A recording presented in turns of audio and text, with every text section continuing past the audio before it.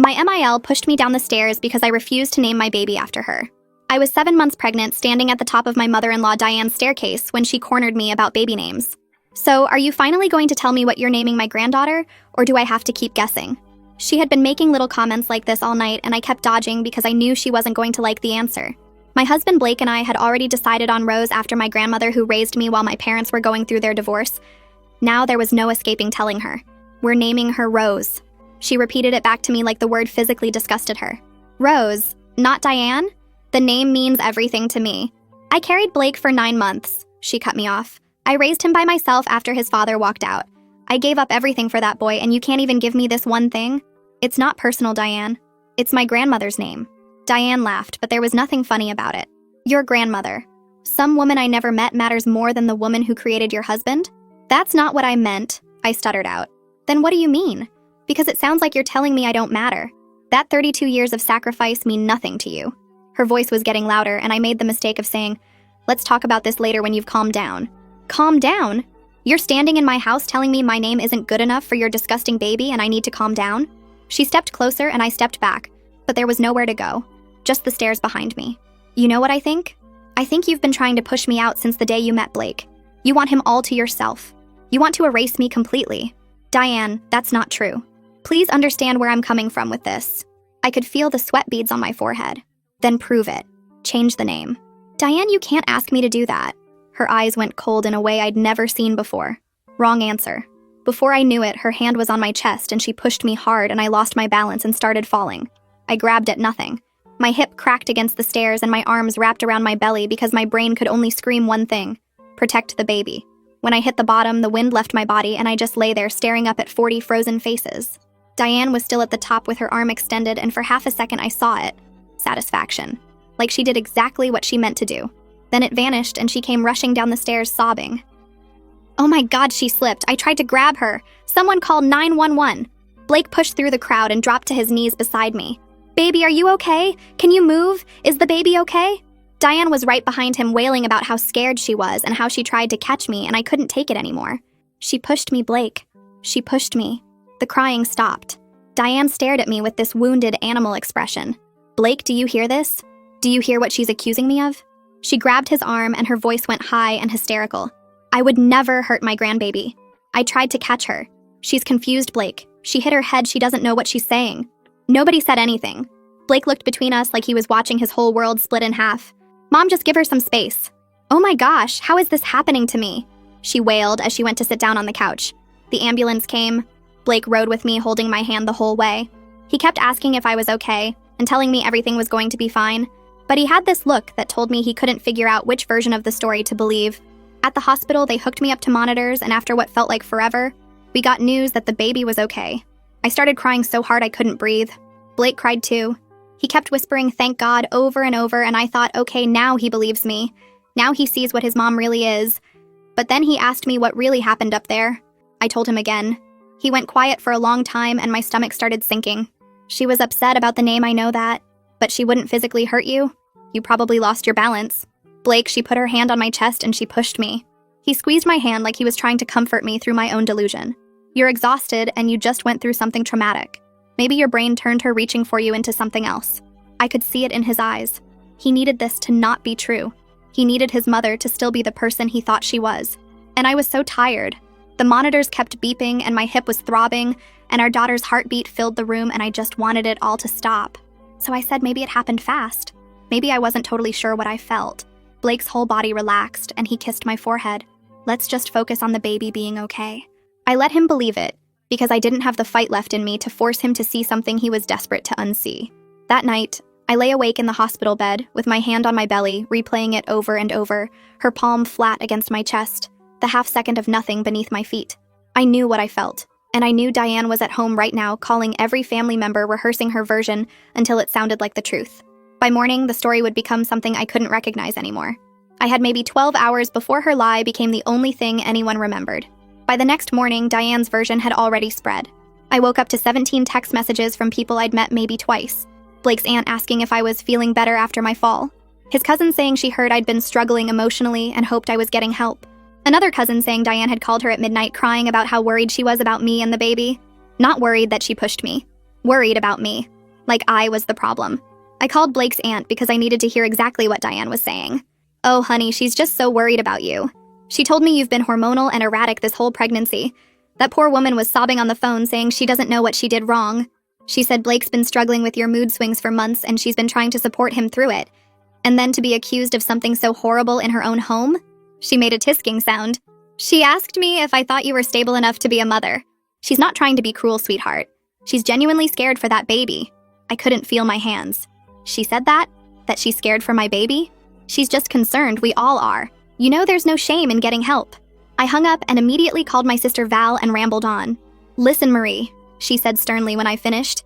You need to get Blake's head out of his ass before this baby comes or you're going to be co-parenting with that woman for 18 years. Screenshot every text. Record every conversation. This is only going to get worse. In the moment I was thinking, how worse could this possibly get? I didn't know just how worse it could get.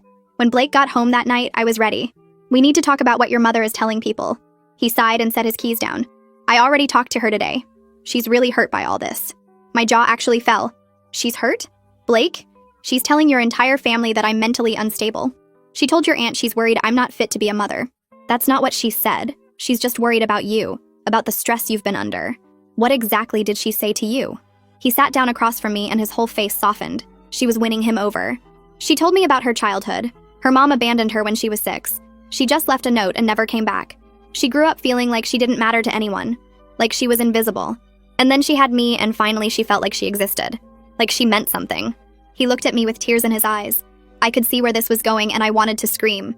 She said naming the baby Diane would have meant she finally mattered enough to be remembered. He reached for my hand. She said she feels like you've never respected her place in this family, like you've been trying to push her out since we got engaged. Did she talk about the push at all? She said she would never hurt you. That you know that. That's not an answer. She said she reached for you when you started to fall. She said she's been replaying it in her head over and over and she doesn't understand how you could think she'd ever hurt her own grandchild. I pulled my hand back from his. So she spent the whole conversation crying about her childhood and never once talked about what she actually did to me. She talked about it. She said she didn't do it. And you believe her. I believe she had a terrible childhood and loves her son and made a mistake in how she reacted to the name thing. But I don't believe she pushed you. I can't believe that. If I believe that, then everything I know about my mother is a lie. There it was. The truth underneath all of it. He couldn't believe me because believing me would break something inside him. And Diane knew that. She'd spent 32 years building herself into the center of his world. The sacrificing mother. The abandoned child who gave everything for her son. She wasn't just denying the push. She was making it impossible for Blake to see the push without destroying his entire foundation. She's telling your family I'm mentally unfit to be a mother. She's just scared. She thinks you're going to take me away from her. The air left the room. You're defending the woman who almost took our daughter away from us. He stood up and grabbed his keys off the counter. I can't do this tonight. Diane was making a plan, but she had also made a mistake. She thought I'd keep the peace and let this go. What she didn't know was that something changed in me when I hit the bottom of those stairs. She wasn't dealing with the woman who married her son anymore. She was dealing with a mother. And I was done waiting for anyone to believe me. If I wanted the truth to come out, I was going to have to find it myself. Someone at her house saw something. Someone always sees something. Tomorrow I was going to start making calls. The next morning I started making calls. Blake's cousin Jan had been at the party, and she was the only one who hadn't texted me with fake concern or asking if I was getting help. So I figured I could trust her. I sent her a message asking if we could talk and she called me within 10 minutes. I was wondering when you'd reach out, she said. I wanted to say something, but I didn't know if you wanted to hear from anyone in the family right now. I need to know if anyone saw what happened at the stairs. She went quiet and I could hear her breathing. I didn't see the push, she finally said. I felt helpless at that. I didn't know how I was going to win this war. But then Jan spoke. But I saw her face right before you fell. Her expression, Marie. She stopped. She didn't look shocked when you went down. She looked satisfied, like she'd done exactly what she meant to do. Then it was gone, and she was rushing down crying. I actually felt relief at that because I saw it too. I wasn't crazy. Would you tell Blake that? She laughed bitterly. He won't believe me. None of them ever do. What do you mean? When I was 16, Diane told everyone I stole $200 from her purse at a family barbecue. I didn't take it, but she was so convincing, crying and shaking and saying she couldn't believe her own niece would do this to her. Jan's voice got tight. My parents believed her. They grounded me the whole summer and made me get a job to pay her back for money I never took. If she'd lied about Jan at 16, lying about me now was nothing to her. She probably still believes I took it to this day. Jan sighed heavily. She decides something happened, and then it becomes real to her. Doesn't matter what actually went down. I felt sick that a person like this was my mother-in-law and grandmother to my future daughter. When Blake got home, I showed him everything. Jan's text about the expression on Diane's face, the story about the money, the warning about her delusion. He read through it all twice, and his face changed in a way I hadn't seen before. Not defensive, not making excuses, shaken. He sat there staring at his phone like he was seeing his mother for the first time. I wanted to feel like I'd won something, but all I felt was scared. If Jan was right about the pattern, then this wasn't going to end with Diane crying on the phone to relatives. This was going to get worse. 2 days later, my phone rang and Diane's name stared back at me. I don't know why I answered. Maybe I thought she was actually going to apologize. Maybe I just didn't want to give her another reason to call me difficult. She skipped the pleasantries altogether and said, "I know you've been talking to Jan." My jaw clenched. "I know you're digging around, trying to turn my own family against me. I'm just trying to get people to see the truth." "The truth?" She laughed. "The truth is that you fell down the stairs and decided to blame me because you've never liked me. You're trying to steal my son from me, and I won't let that happen." Then her voice got cold and dark. "I know things about postpartum depression, Marie. I know how to describe the symptoms. I know exactly what CPS looks for when they get a call about an unstable new mother." I couldn't move for a second. "Are you threatening me? I'm warning you. You want to keep playing this game? Keep asking questions. Keep turning people against me. And I will make sure you never have a moment alone with that baby." I could hear the smile on her face as she told me, "I'll call every agency. I'll talk to every doctor. I'll make sure everyone knows how erratic and paranoid you've been. Blake already told me about your mood swings, your crying, and your obsessive worrying." She hummed low. "It paints quite a picture, doesn't it?" My hands were shaking, but I didn't cower away. "Listen to me, Diane. If you ever threaten me or my daughter again, I'll make sure Blake hears every word you just said." She chuckled condescendingly. "Who do you think he's going to believe, sweetheart? His mother who's loved him for 32 years? Or the woman who accused her of trying to hurt her grandbaby?" She hung up and the silence filled the room. She'd actually said it out loud. Threatened to call CPS. Threatened to take my baby. And she did it over the phone because she knew I couldn't prove it. No witnesses. No recording. Just her word against mine like always. And if she was already thinking about CPS, then she'd probably already started laying the groundwork. The question wasn't whether Diane was coming for my baby. It was how much of a head start she already had. And that thought terrified me. 2 weeks passed with nothing. No calls, no texts, no Diane showing up at my door with a new threat wrapped in a smile. The silence should have felt like relief, but it just made everything worse. I tried to focus on getting ready for the baby, washing the tiny clothes and folding them into the dresser we'd painted pink, setting up the crib and hanging the little mobile with the stars and moons that played a lullaby when you wound it up. Normal things, safe things, but every creak in the house made me flinch. Every time a car slowed down outside, I'd find myself at the window. Blake said maybe his mom was finally thinking about what she'd done, but I saw him checking his phone constantly, waiting for something he wouldn't admit he was waiting for. At my baby shower, Val made sure it was just my side of the family, no one from Blake's side. But the whole time I kept watching the door, expecting Diane to walk in with that calm smile that means she's about to detonate. Val caught me looking and squeezed my hand and told me things would be okay. I tried to smile, but my face wouldn't let me because I knew this wasn't over. Diane doesn't let things go. She doesn't forgive and she doesn't forget. She just waits. 3 weeks later, I was at my OB appointment, and something felt off the second I walked in. The receptionist, who usually smiled and asked how I was feeling, barely looked at me. She just checked me in and told me to wait without making eye contact. I sat in the waiting room with my hand on my belly trying to figure out what changed. Maybe she was having a bad day. Maybe I was being paranoid. But then I noticed one of the nurses glancing at me from behind the desk and looking away when I caught her. By the time they called my name, my stomach was in knots, and it had nothing to do with the baby. The appointment itself was fine. Baby was healthy, heartbeat strong, 2 to 3 weeks until my due date. But when we finished, my doctor asked if she could speak to me privately for a moment. She closed the door and sat down across from me with this careful expression on her face. "I need to tell you something and I want you to stay calm." My whole body went cold. "Is something wrong with the baby?" "No. The baby is perfect. This is about something else." She paused like she was choosing her words carefully. "We've received several calls over the past 2 weeks from someone claiming to be a concerned family member. They've been asking questions about your mental health history, whether you've shown signs of instability or paranoia during your pregnancy, whether you've had any psychiatric episodes." I couldn't breathe for a second. "What did you tell them?" "Nothing. We don't release patient information to anyone. But I wanted you to know because the calls have been persistent and specific. Whoever this is seems to be trying to build some kind of case." I knew exactly who it was. I didn't even have to guess. "I need to put a password on my file. No information goes to anyone including family without that password." My doctor nodded. I was going to suggest the same thing. I'm also documenting these calls in your chart in case you need a record later. I thanked her and walked out of that office with my hands shaking. Diane wasn't just talking anymore. She was making moves. 2 days later, my boss called me into her office. She looked confused and a little uncomfortable. I got a strange call this morning. Someone claiming to be a friend of yours. They asked if you'd seemed erratic or unstable at work lately. They mentioned you were pregnant and suggested someone should check on you. My jaw clenched. Did they leave a name? No. They said they wanted to stay anonymous because they didn't want to upset you. But they were very insistent that I should be watching for warning signs. She looked at me carefully. Is everything okay?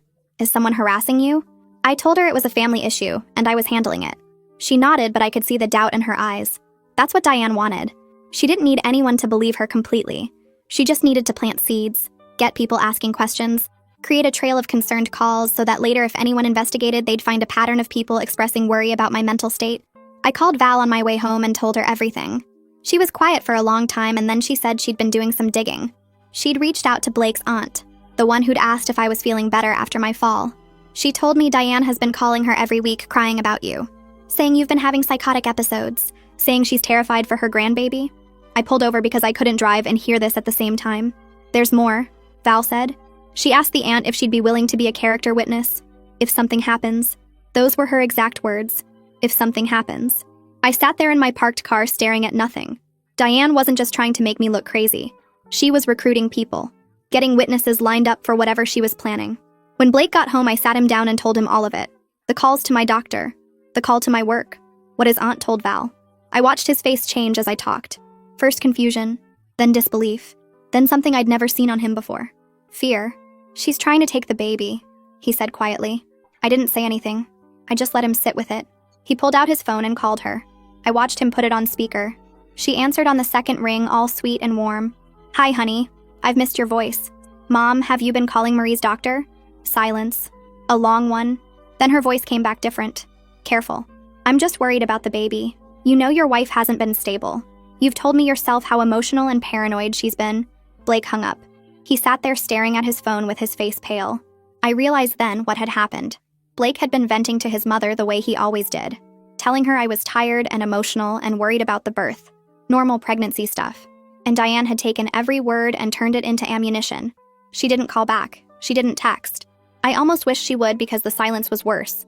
That night, Blake went to check the mail and came back holding a single envelope from his mom. He handed it to me and I opened it. Inside was a piece of paper with neat handwriting. Blue ink. The letters slightly slanted to the right. It said, all you had to do was name her after me. Enjoy these last weeks together. I read it 3 times. My hand started shaking so hard the paper rattled. Blake took it from me and read it, and I watched his face go white. Neither of us said anything for a long time. That night, I couldn't sleep. I just lay there with my hand on my belly, feeling my baby's kick and thinking about that note. Diane had walked up to our house, put that envelope in our mailbox with her own hands. While we were inside living our lives, she was right there, close enough to touch our door. She wasn't hiding anymore. She wanted me to know she could get to me whenever she wanted. The birth was 2 weeks away, maybe less. And Diane had made it clear she wasn't going to miss it. I went into labor at 39 weeks on a Friday morning. My water broke in the kitchen while I was making toast, and for a second I just stood there staring at the puddle on the floor, thinking this is it. Blake drove me to the hospital going 20 over the speed limit the whole way. When we got there, Blake reminded the nurses that his mom was not allowed in under any circumstances before I could. Her name is Diane. If she shows up, you call security. Don't talk to her. Don't let her talk to anyone. Just get her out. The nurse looked a little startled by his tone but nodded and made a note. He turned to me and took my face in his hands. She's not getting anywhere near you, I promise. I finally felt supported throughout this whole thing. After the note his mom left, he completely changed his tune and admitted to himself that his mom was a cruel person. 6 hours into labor, I was gripping Blake's hand through contractions that felt like my whole body was being torn apart from the inside. The pain came in waves that made it impossible to think about anything else. I'd squeeze Blake's fingers until I could feel his bones grinding together, and he never complained once. He just kept telling me that I was doing amazing, and our Rose was almost here. Then I heard yelling. It was distant at first, coming from somewhere down the hall. I couldn't make out the words, but I knew that voice. I'd know it anywhere. Blake's head snapped toward the door. No, no, no, no! The yelling got louder. She was screaming about her rights, about her grandbaby, yelled that we were keeping her away from her own family. Blake was out the door before I could stop him. Another contraction hit, and I couldn't do anything but grip the bed rails and try to breathe. I could hear Blake's voice now mixing with Diane's. His was low and hard. Hers was high and hysterical. You need to leave. Right now. Blake, honey, I'm just worried about the baby. You know she's not stable. You've told me yourself. I said leave. I'm your mother. I have every right to be here when my grandchild is born. You have no rights. You lost them when you pushed my pregnant wife down the stairs. I didn't push her. She fell. Why won't anyone believe me? I'm being treated like a criminal when all I've done is love this family. You threatened to call CPS on her. You called her doctor. You called her job. You left a note in our mailbox telling her to enjoy her last weeks with our baby. You're not a concerned grandmother. You're a stalker. How dare you speak to me like that? After everything I sacrificed for you. I gave up my entire life for you, Blake. And this is how you repay me? By choosing her over your own mother?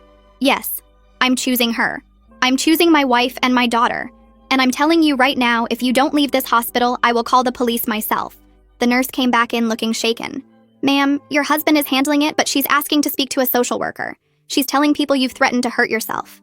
I laughed. Actually laughed even though another contraction was building. Of course she is. 20 minutes later, a woman in a blazer came in and introduced herself as a social worker. She said she had to do a wellness check based on concerns that had been reported. What concerns? I asked through gritted teeth.